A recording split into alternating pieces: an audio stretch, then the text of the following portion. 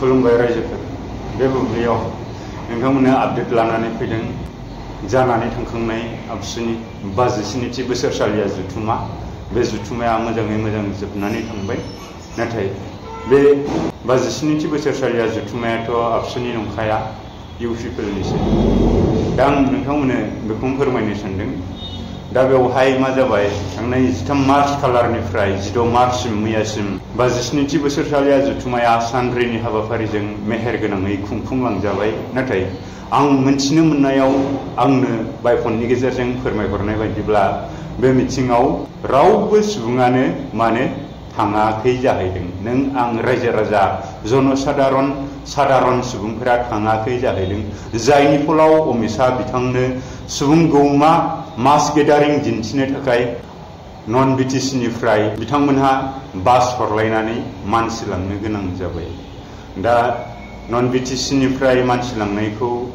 बा रायजो राजाफोरखौ लांनायखौ आं दुखु मोनाखै लांथों प्रग्राम खोनासंहोदों हाबाफारिखौ मेहेरगोनाङै खालामहैनायाव जाफुंसार होदों बिनि थाखाय आं जेबो सानाखै नाथाय आंनि कुइसना बे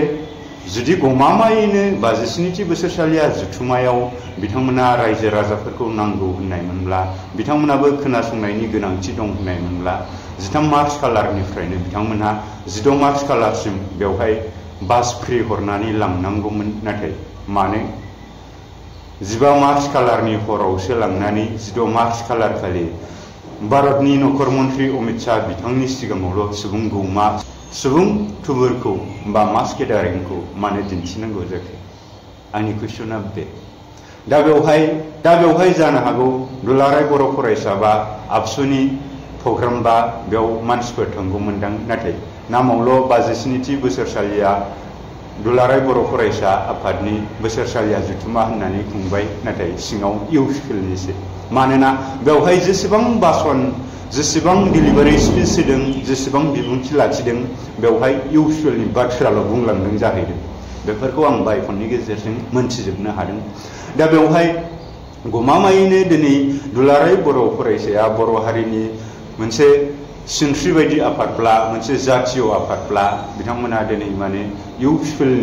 आफादजों लोब्बा लाखिनानै दिनै माने मोनसे राजखान्थि हान्जानि मिथिं बायदि सामलायलांखो बेबो मोनसे कुइसन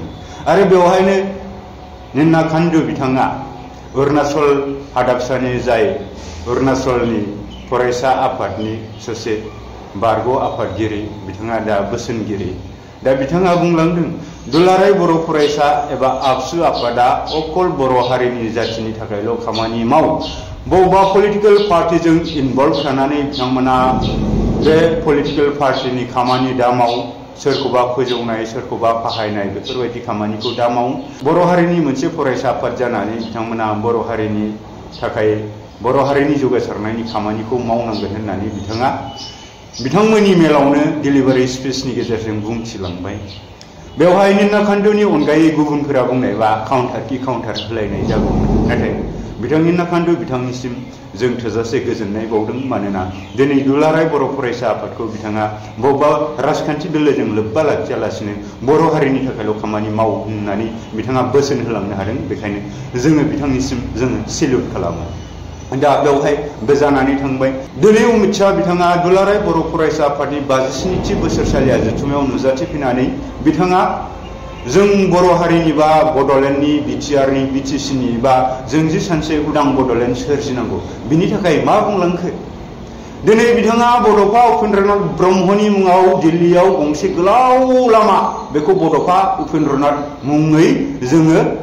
नामाकरन होनोसै मुं होनोसै होननानै बुंलांबाय बे मोजांनि बाथ्रा नाथाय बड'फानि नाम होनानै बे दिल्लीयाव जानो गोनां लामायाव बड'फा उपेन्द्रनाथ ब्रह्म बिथांनि नामजों बेखौ जों मोनथिनोसै दोननोसै होननायजों बर' हारिनि थांनानै थानायनि जिथु गांनाय उखैनाय बर' हारिया जे जोंहा जे उदां बड'लेण्डखौ सोरजिनांगौनि सिमां दङ बे जाफुंनोसै नामा बेथ' जाफुङा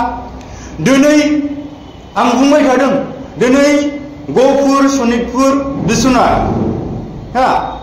दिनै बिश्वनाथ जिल्लानि सिङाव थानाय गहपुर हालामनि बर' रायजो राजाफोरा बयनिख्रुइबो बांसिनै दिनै दुखु खस्थ' सात जाल्ला सैनांदों थांनाय 1983 आरो 1989 मायथाइयाव जेब्ला हारसाजों बर'जों गिलु बालु अर सावग्लुंलायनाय मानसि बुथारग्लुंनाय मासाकार रायदा जानानै थांबाय बैनि गेजेरजों 4000निबो बांसिन बर' हारियाव जोनोम मोननाय बर' फिसाफोरा जिउ खोमोरनो बा जिउ खोमाना लानो गोनां जाबाय। दिनै गफुर हालामनि बै बर' नखरनि बै बर' सुबुंफोरा जाय बिथांमोना गावनि बेसेन गोसा जिउखौ मोनसे गिलु बालु दावहानि समाव बावसोमनानै गालांबाय बा बिथांमोना इनाय अनागारै बुथार जालांबाय बै बिथांमोननि थाखायनो दिनै भारतनि थार्ड टाइमनि प्राइम मिनिस्टार बिथां इन्दिरा गान्धी बिथाङा येस बर' हारिया दिनैसिमबो समायसा दङ बर' हारिनि समायसाखौ सुस्रांना होनो होननानै दिल्ली दरबारखौ खुलिजेननाय जादोंमोन जायनि फलाव थांनाय 1993 मायथाइयाव BSc एकर्डआ जादोंमोन। दिनै बै 1993नि BSc एकर्डआव गफुर सनितपुर बिश्वनाथनि बर' गामिफोरा दिनै BTR बा BTCआव हाबसनासै थांनाय 2003 मायथाइनि 10 फेब्रुवारि खालारखालि जालांनाय जिथु BTC गोरोबथा बेयावबो दिनै गफुर सनितपुर बिश्वनाथनि बर' गामिफोरा थगायजाबावबाय आरो जिथु थार्ड टाइमाव एनडिएफबिनि मोनब्रै फेक्सन आबसु UBPO बै बिथांमोनजों आसाम सरकार आरो भारत सरकारनि गेजेराव जानाय जिथु रादाय जिथु गोरोबथा बे BTR पिस एकर्डनि गेजेरजोंबो दिनै गफुर सनितपुर बिश्वनाथनि बर' गामिफोरा BTR BTCआव हाबसननो मोनबावासै बेसेबां दुखु गोनां। बेखायनो आं खावलायबाय थादोंमोन भारतनि नखर मन्त्रि बिथां अमित शाह बिथाङा जुदि नोंथांमोननि 57थि बोसोरसालिया जथुमायाव नुजाथि फैयोब्ला बिथांनिसिम मेम'रेन्डाम हर होननानै जाहाथे गफुर सनितपुर बिश्वनाथनि बर' गामिफोरा हाबसनो आरो बैखौबो नोंथांमोना मावनांगौमोन जाय एनडिएफबिनि लिडार्स एन्ड केडार्स जाय बिथांमोना 34 बोसोर हाग्रायाव हाथियारनि गेजेरजों सरकारजों दावहा होयै होयै बर' हारिखौ बुहुमावनो सिनायथि होनाय येस बे बुहुमावबो जे आसामनि दाबसे खना रायजोआव दिनै बर' होननाय मोनसे जाथि दङ जाय जाथिया दिनै गावसोरनि उदांस्रिनि थाखाय हाथियारनि गेजेरजोंब्लाबो सरकारजों दावहा होनानै बिथांमोना गावसोरनि मोननांगौ मोनथायखौ बिख'नानै लानो थाखाय सरकारजों दावहा होदों होननानै सिनायथि होनाय दिनै बिथां जाय गोजोन गोरोबथा खालामगिरि बिथां एनडिएफबिनि गायसनगिरि आफादगिरि बिथां मानिजाथाव रन्जन दैमारि बिथाङा BTR गोजोन गोरोबथानि उनावबो दिनैसिमबो जोबथेसालियाव बिथाङा थानांनानै दङ। बेजोंनो लोगोसे गोबां लिडार गोबां केडार्सफोर बिथांमोना दिनै जोबथेसालियाव थानांनानै दङ। बिथांमोनखौबो दिनै बे अमित शाह बिथांनिसिम बै दुलाराय बर' फरायसा आफादनि 57थि बोसोरसालिया जथुमाखौ खुंफुं आफादनि सोद्रोमाफोरा बिथांनिसिम मेम'रेन्डाम हरनांगौमोन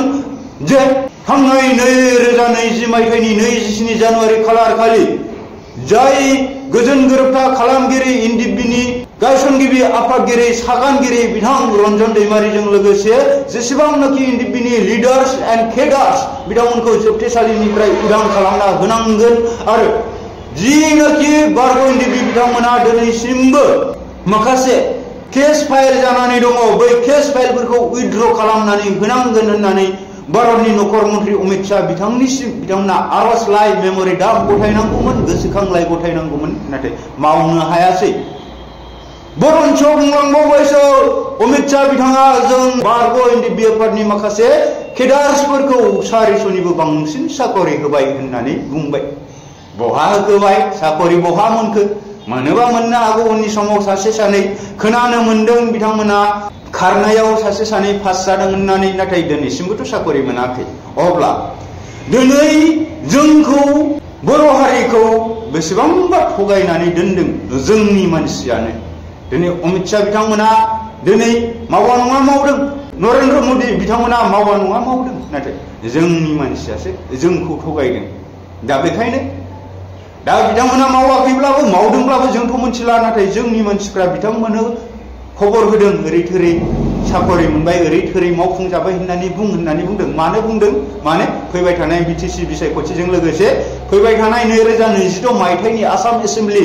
MLA बिसायख'थियाव बिथांमोना BJPआनो देरहानो आरो BTCनि बिसायख'थियाव UPला देरहानो माने खायदा कौशल बानायदों। नाथाय दानि रायजोफोरा रावबो जाम्बा जाम्बि नंला। जानो हागौ सोरबा ख'बो रोङा गाराङ' गाराङा सरायु सराया ABCD फरायनो मोनाखै जानो हागौ नाथाय दिनैनि डिजिटेल जुगाव आप टु डेट एरायाव दिनै सोरबा जाम्बा जाम्बियाबो बयबो टेलेन्ट जाबाय बयबो बुजिनो हाबाय साननो हाबाय मानोना जाय खबर रोङा जाय जाम्बा जाम्बि बिथांमोननि फिसालाफोराबो दिनै लेखा गोरों जाबाय बिथांमोननि खुथार हाजिरा मुजिरा मावनायनि असिलायै बिथांमोना जे जों लेखा रोङासै जोंनि फिसाफोरखौ जों लेखा फोरोंलांगोन होननानै बिथांमोना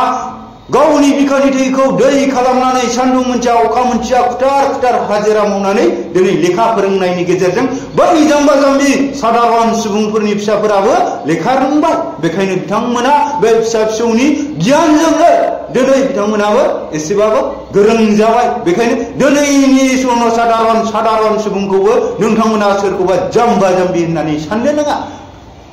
जुदि जाम्बा जाम्बि मोनब्ला दिनै प्रमद बर'आ थगायसुला बेखौ जोंनो थैबाबो नांला जों बेनो थैबाबो भट होला बे सासे थगायसुला सासे फोथाय खेबस' होननानै दिनैनि बर'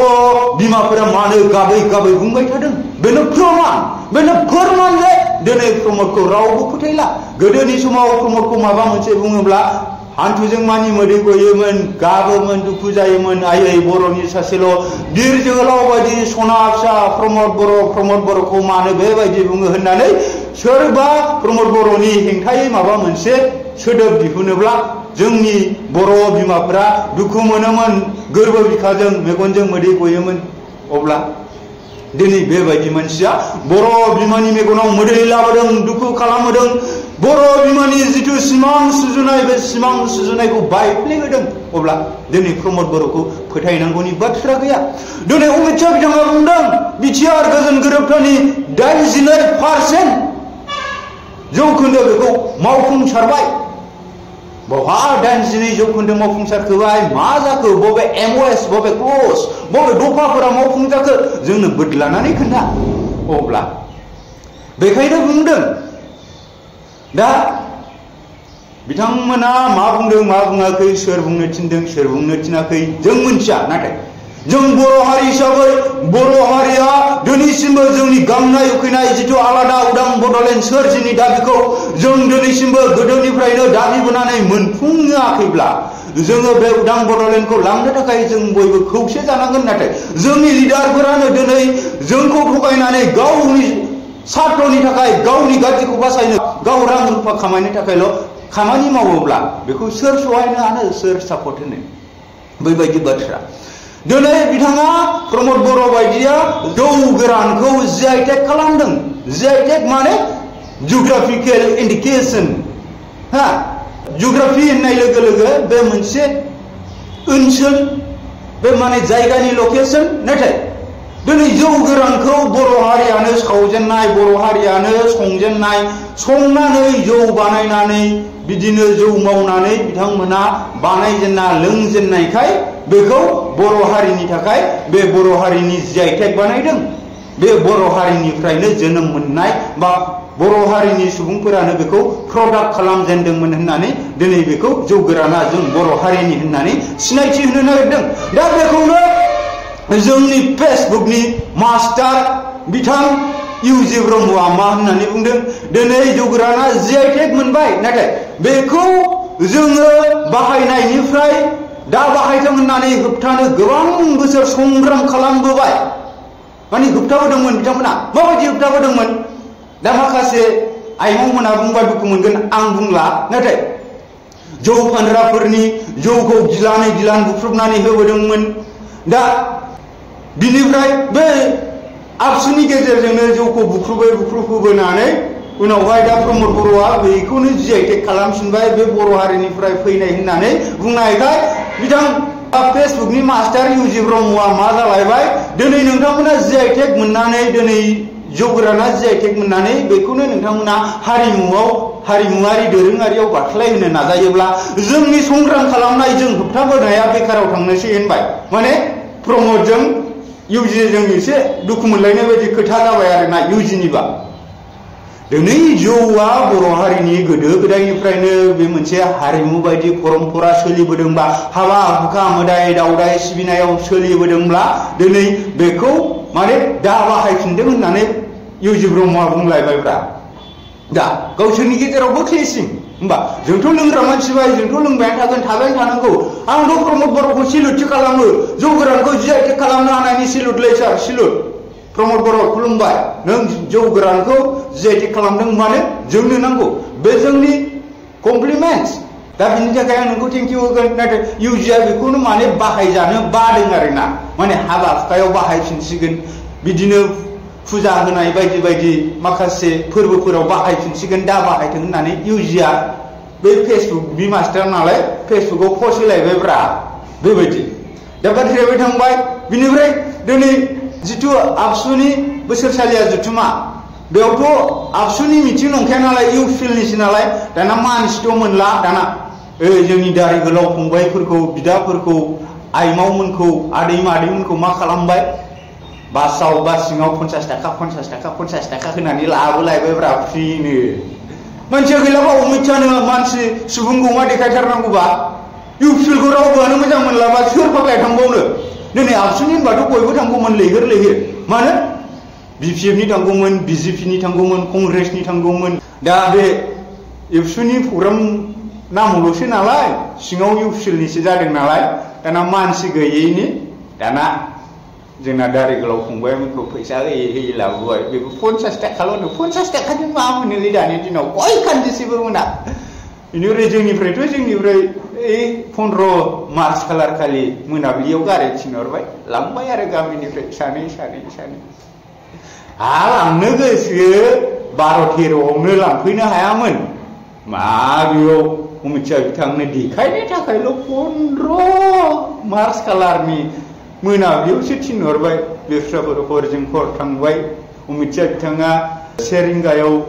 16 मार्च खालार खालि प्रेजेन्ट जाबाय गेवलां मेलाव सुबुं गौमा देखायबाय बिनिफ्राय फेसबुकाव मानसि जाबाय बा जा मानसि जाबाय होलाबायबाय सोरबा नङाबा ओजोंदि मा खालामदों मानसि जाजायैनो मानसिफोरखौ फैसा होयै लांदों बेबायदि दाजा आरोना जों जाथि हिसाबै जाथिखौ जों बयबो सहाय खालामो आरो एबसुआ जोंनि दुलाराय बर' फरायसा आफादा बर'नि थाखाय खामानि मावनायमोनब्ला दिनै बयबो थांगौमोन माने इउपिएलनि नोंसिना जिथु एबसुनि 57 एनुवेल कनफारेन्सनि चेयारमेना सानजा क'क्राझार कनस्टिटिउन्सिनि इउपिएल दोलोनिफ्राय देरहानो हानाय MLA लरेन्स इस्लारिसो बेथ' इउपिएलनिसोना बे बोरै चेयारमेन मोननांगौ ओमफ्राय शंकर लालाबो इउपिएलनि बे कनभेनर बोरै जायो आबसुआव गोरों मानसि गैला नामा आबसुआ बे बिबानखौ सानद्रैनि थाखाय लानो हाला नामा नो डाउट दे माखासे पेन्डेल साजायनाय मानाय बायदि बायदि आबे जाबे नोङो आरसि कमिटिनिफ्राय लानानै बायदि बायदि कमिटि लानानै मास मोनसेखौनो हमबाय दे मास मोनसे सालायनो आबसुआव गोरों मानसि गैलाना हो बाथ्राया बे आरो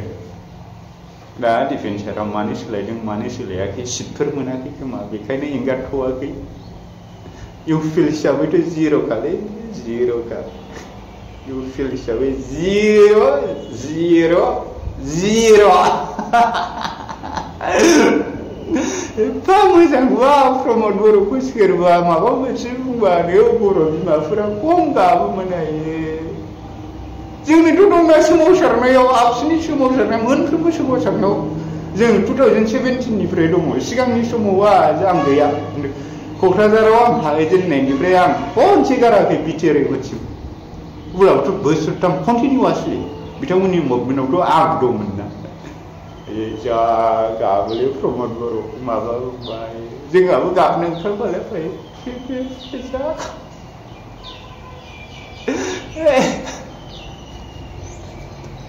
मार्च एप्रिल दे माला मावफुंगोनलै प्रमद शाह 9 एप्रिला फैनोसै आयो सोर नोंखौ बोरै फिथाइ होबावनो एफा मोजां मोनसियानो गाफ्लानोबो लुबैलायलाङोलै बिनि थाखाय मा गाबलाबाय थांद्रा जोंनि बर' भाषायाव दङ बान्दर माया थांगोन सुन्दर माया फैगोन दा बेखिनि खोथाखौ बुंबाय मानोना जोंनि बर' रावाव दंबावो बाथ्रा भाव जेरै थांगोन एरै गनद्राय होननाय प्रमदानोथ' दा खालामजोबदोंना बेफोरखौ दा नोंसोरजों BTC-नि फर्मार डेपुटि चिफ खाम्फा बरगयारि बिथाङा थांबाय BJP-आव फैफिननो नागिरनानै लाफिनजायैनि दा BJP-आव थांनो नागिरबाय बिथिला सिं जोंना दाउखा गालाया खाम्फा बिथाङा BJP-आव थांनायानो मोजां होनलायबाय सिंलै स' BPF सापर्टार नोंथांमोना जिंगासिनांगौ गैया BPF-नि अननायानो आलादाखा माइरिबो बेगदोबोलाय होनलायगोन फैला मिनिथिंजायबा बेगदोबोलाय होनलायगोन जोंना क'क्राझारनाबा माइरिबो होनलायगोन आरोना BPF-नि देरहानाया सियर माइरिबो नोंगौलाय बेगदो स' थेंक इउ गोजोनबाय खुलुमबाय जय BPF-नि जय हाग्रामा महिलारि बिथाङा अराय सम थांनानै थागोन हाग्रामा महिलारि सार लं लिभ BPF लं लिभ स' थेंक इउ नोंथांमोन जिंगा गैया आरो जोंनि मानसिफोरा प्रमद बर'खौ ससियेल मिडियाआव बुंनो खुथार हांखुर जानानै दङ नाथाय बिथांमोना बुंफेरिखाय माने खुगा थाब्लाबो राव गैया होननाय बायदि जादों खिन्थु गोसो गोरबो बायफ्लेजोब्बाय प्रमदनि नाम खोनाबानो मा मोनामदों माबा सैमा अमा थैना थाबाय नामा मावजि गेसावबो थैना थाबाय नामा बिदिसो सानसै माने एकदम मोनामनाय मोनखाय मा गेसाव गैलाय बिदिसो होनसै खिन्थु दा बिथांमोना अभिगथा गैया नालाय एक्सपिरियेन्स गैया माब्रैहाय बुङो दा बुंनो हायाखै खिन्थु बुंगोन नुगोन गोबां मानसियानो दुखु मोनना दं जों गफुरनि थाखायसो नङा होमबा बा नोंथांमोननि थाखायबो खिन्थु for the first time Delhi दरबारा गफुरनि बर'फोरनि समयसानि थाखायसो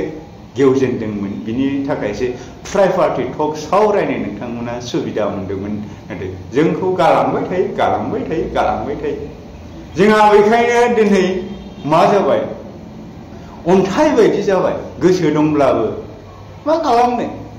गोसो गैया मावै दाङै जानोसै बेलाय सानसे जोनोमजों लोगोसे बेलाय दंखायो थांखानांगोन बयबो मिनि रंजा बे संसाराव जेबो गैयानो ना नों थाखा फैसा लांफानो हागोन ना नोङो रां रुफा लांफानो हागोन ना नों नोंनि आंगोनि बिमा बिफा बिदा फंबाय ना नोंनि आंगोनि अनसुलि बिसिखौनो लांफानो हागोन लांफानो हायो होनोब्ला नों एकमात्र नों बेखौबो लांफानो हाया नोंनि मान सन्मानखौ नों मोनबाबो नों सोरगोआव लांफानो हाया खिन्थु नोंनि मोजां कर्मनि थाखाय नोंनि मोजां आखलनि थाखाय बे बुहुमाव थांनानै थानाय सुबुंफोरा नोंखौ अराय सम गोसोखांगोन मोनसे समाव उमुखा दंमोन बे ओरै थोरै बे हारिनि थाखाय खामानि मावलांदोंमोन जों बैखौसो एक्सपेक्ट खालामनांगौ न'नि थाखा फैसा धोन दौलत इट्स नाथिं फर लाइफ स' थेंक इउ अके